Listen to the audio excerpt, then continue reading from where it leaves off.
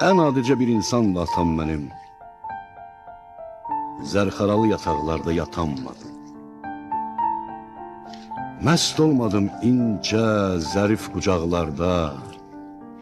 Boyatmadım meydan meydan otaqlarda. Bir gün atam bu dünyadan köç elədi. Atam getdi, məni qoydu mənim üçün. Var dövlət elə buydu mənim üçün. Atam itdi arzuların dumanında, mən tək qaldım sərt taleyin amanında.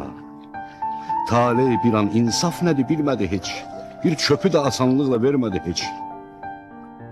Nəyim varsa zaman zaman tək qazandım.